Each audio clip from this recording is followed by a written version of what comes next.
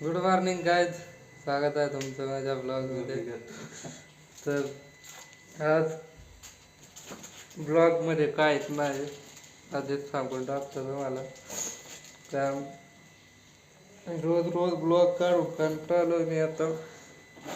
आज काहीच नाही, आज तुम्हाला दाखवतो काय अवस्था आहे रूमची आमची. हे बघा गाईज, इकडं पडेल आहे watch, mobile, headphone, biscuit, selfie stick, cube, charger, board. इकडं किचन प्रदर्शनाचे काल गेले होते मित्र. आणि हे आहे त्याच्यात पिशवी, कागदपत्रे काय असतील ते. आणि हे आय ड्रॉप.